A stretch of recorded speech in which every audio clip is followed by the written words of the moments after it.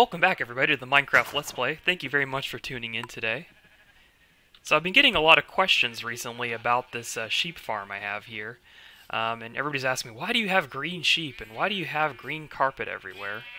Well, I don't know if you've seen the previous episodes of my Let's Play, but I had talked about this just a little bit. The reason why I have green sheep is because I need their wool to make the carpet to cover up these jack-o'-lanterns. And it's basically more of like a decorative thing. I don't really like to just place torches on the ground everywhere. I just think they look rather ugly when you kind of have to look at these ugly torches producing particles all the time. So that's one of the reasons why I just like to have jack-o'-lanterns with wool on top of them. And it blends in better and it's not too distracting. So that kind of answers your question if you guys are wondering why I'm doing that.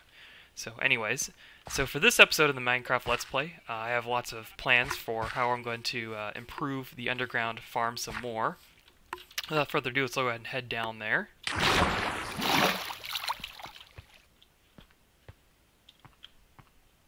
So last episode I showed you the skeleton spawner and told you that I had plans for it, but I didn't tell you exactly what I was going to do with it. So actually my plan is to actually turn this into an experience/AFK farm so that I can basically gather a bunch of bone meal and all that other useful items that I can get from the skeleton spawner. But how do I plan on doing that, you may ask? Well, I have just the thing for that actually. I actually have set up a demo in my creative world showing my AFK farm my experience farm that I have built so that I can try to get the most drops possible. So without further ado, I'll go ahead and take you to the creative world so you guys can see what I've built. Alright, so here we are in the creative world. So as you can see, I've spent a lot of time developing and designing this whole system, but there's actually a lot of individual parts that I think I can explain to you individually so you can kind of understand how the whole entire thing works. So without further ado, let's take a look at this device here. So this device basically runs the cycling portion of the experience farm, and it basically uses what's called a hopper clock, invented by Ethos Lab. Basically, the way it works is you put items in these hoppers, and they go between each hopper, and they create a signal that alternates. And the way it works is you just move this redstone block back and forth. So let me go ahead and show you how it works. So you just heard the tone, and then once this one fills up, the redstone block will move again, and then the whole cycle repeats itself again. So that's how the hopper clock works. Another part that I use inside this whole build is an RS NOR latch. The way an RS NOR latch works is it just stores information. It's a very basic memory module in Minecraft. So if I press this button right here, that torch turns off and it stores the signal like this. And if I press the button again, nothing happens. It still stores this signal as an on state right here. Notice how when it turned on, this redstone block fired. And if I press this again, nothing happens. But if I signal the other part of the RS NOR latch, that one turns on and that one turns off. So same behavior up here too. And the only way for me to switch is by pressing the other button. And that's the basics of how an RS NOR latch works. It's pretty simple. This is what's called a falling edge trigger. A falling edge trigger just means that something is triggered when the device goes from on to off. So notice how that note block only triggered when the button came out of the wall. This is a AND gate. An AND gate's very simple. It just says that if this input and this input are both on, then this will trigger. But if only one of them is on, it will not trigger. So notice how this one and this one are both on, so it triggers. But if I turn one of them off and I flip this one, it's not going to trigger it. They both have to be on. This is an inverted OR gate. So an OR gate is the exact opposite. It says that if this one or this one are on, then it will switch. So in this case, if both of these are off and I turn one of them on, that will trigger. It doesn't matter if both of them turn on at the same time or if only one of them turn on, it will turn them on. The reason why it's inverted is because I have to unpower this for it to trigger that. Notice how these redstone torches are inverting the signal. This right here is a weighted iron pressure plate. Basically the way it works is it just counts the number of entities on top of it. So if there's one entity on top of it, it'll only have a redstone signal of 1. Once I place more skeletons, you'll see that once the number of skeletons on it reaches a certain point, it's going to lengthen the signal to 2 instead of 1.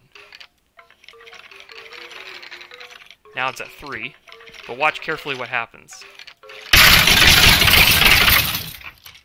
So what just happened there is the number of monsters in that space had reached what they call the mob cap, which means that there's too many monsters in one block, and so they start cramming each other and they all take damage.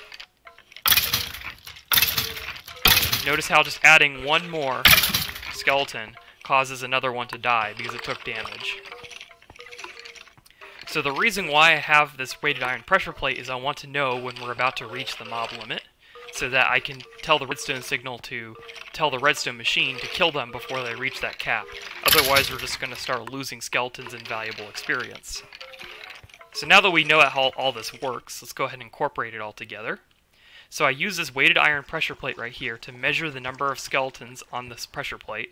When that reaches a certain limit, it's going to trigger this redstone monostable circuit, which will basically just provide a pulse to this torch. It'll go from off to on.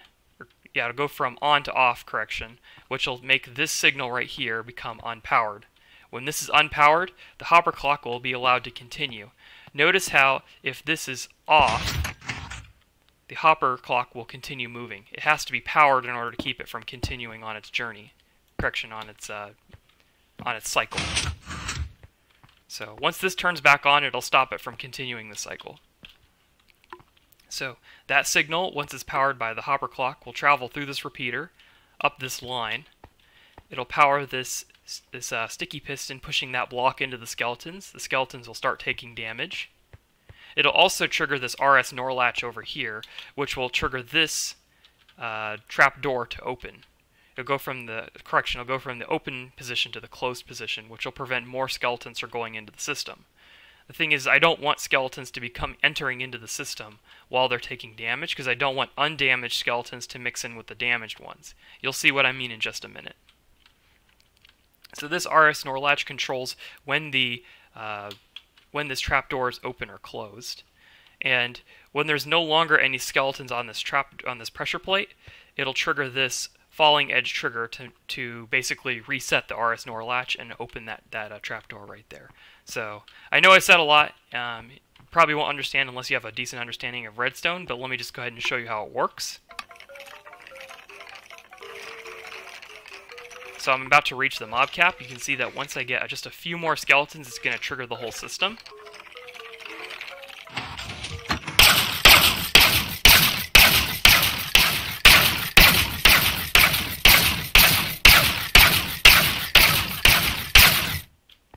So notice how I had timed everything with that hopper clock just perfectly so that all of the skeletons have only half a heart of damage left on them. So if I just give them a tap with a sword, they all instantly die. And notice how that trapdoor stayed closed until all of the drops and all of the skeletons were gone. So no more skeletons can enter into the system until all of them are dead and all the items have been collected.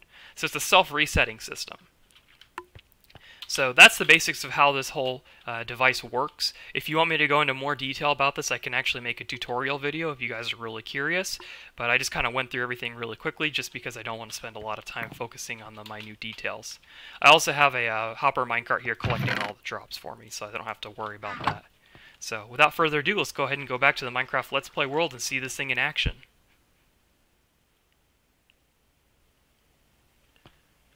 Alright everybody. Welcome back to the Let's Play world. So what was just a few minutes for you was, or not even a minute, just half a second for you, was quite a few hours of work for me, as you can see here.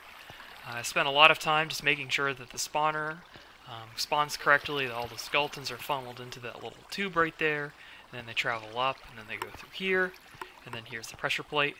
So without further ado, let me go ahead and give you a demonstration. So as you can see, the lights will turn off on their own, and the skeletons will spawn, and then they'll go down that tube.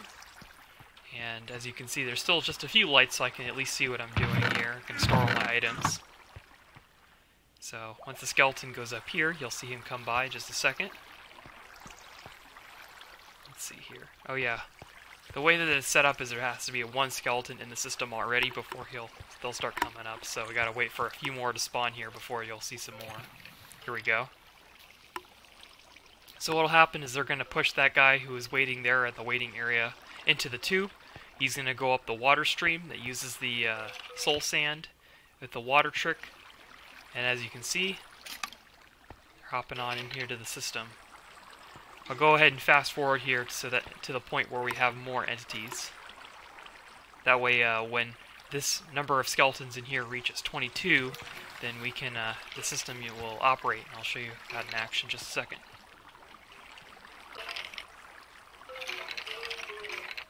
So if you can see the little E on the upper left-hand corner of the screen, you'll see it says 20 out of 105, which means that I can see 20 skeletons in front of me. When that number reaches 22, the system should initiate. That should be the magic number which sets off the entire system that I had shown you previously. So I think we should be getting some skeletons in here in just a second.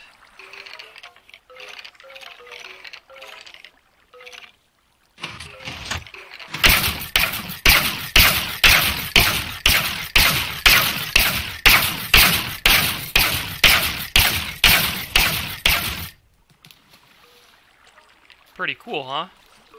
And all I have to do is just give them one little tap with my sword, and they'll die. Looks like a couple of them were out of range there. Let's go ahead and give them another love tap. There you go. And as you can see, I have so many items here I can't possibly fit them all in my inventory, so that's how the skeleton spawner works.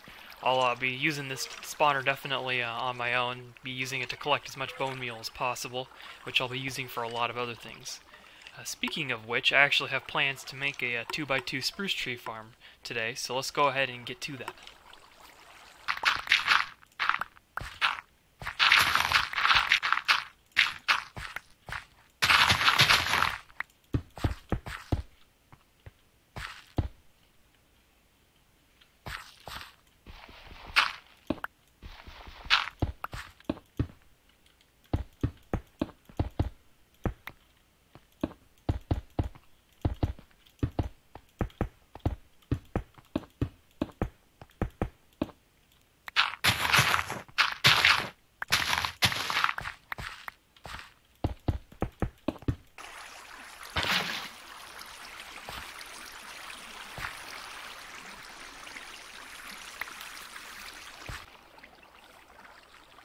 Alright everybody, so here is the newly created spruce tree farm here. It works for any kind of tree that goes 2x2, but I probably mostly use it for large spruce trees because they yield the most logs of all the items. But you can also use it on 2x2 dark oak logs as well, so if you want to get that. And just pretty much any other tree. I mean, it functions like any other farm, except it's just designed for this kind of setup. So anyways, as you can see, the spruce tree will grow. The items will fall down, they'll go in the water streams, and they'll go in the middle here. And then I have some minecarts with hoppers in them to collect those items, so that they will go into these hoppers, and then they'll move along into this chest, and I can collect all the items. And I also have a lever here that triggers that dispenser to go on like a clock cycle. So, and then when I'm done with the clock cycle, then I can just take these minecarts to get to the top. So let me go ahead and show you. So in this case, I didn't get very lucky. I got a small one, but it's not a problem. I just get into the hoppers and I just keep going until I get near the top, right here. And I get out of the minecart and I just jump down, and I can start harvesting away. So as you can see, the system works pretty well, and I can get a decent amount of logs pretty quickly. So definitely it's good to have one of these in every one of your Minecraft worlds, and especially is nice now. It's especially nice now that I have a skeleton farm, so I'll pretty much have infinite bone meal at my disposal. So all I have to do is just go back to the skeleton farm every now and then, get some XP, get some bone meal, come back here, and I have all the wood I could ever need. There you go. And it also creates a little bit of podzol too, so if I had a silk touch shovel, I could pick this up too, and I could use it for anything else I might need. So yeah, that's pretty much everything. I have this all built and ready to go here, so think without further ado, I'm going to head back to the village, show you what I've been working on, and then call it a day. So I'll see you there in just a second. Alright everybody, welcome back to the village. So this is what I've been working on in my spare time. Definitely tell me in the comment section what you guys think of this build. Do you think it's better than this one right here that we built previously? Do you think it could be improved on? Just let me know in the comments section what you think so that I can get some feedback on how I'm doing here. But yeah, the villagers are definitely liking this house of mine that I built here. It's a small one, and it's only got 3 doors, but it definitely seems to work nicely. So yeah, definitely remember to leave a comment in the comment section about that. So yeah, without further ado, that's everything I have for today, you guys. Thank you very much for watching the Minecraft Let's Play. Be sure to rate, comment, and subscribe. And if you like these videos, make sure you let me know so that I can keep making them. I appreciate all the support that you guys have been giving me, and I really appreciate all the feedback you guys are giving me as well. So keep it up, keep doing that, and I'll definitely keep producing these videos. Alright, see you guys next time.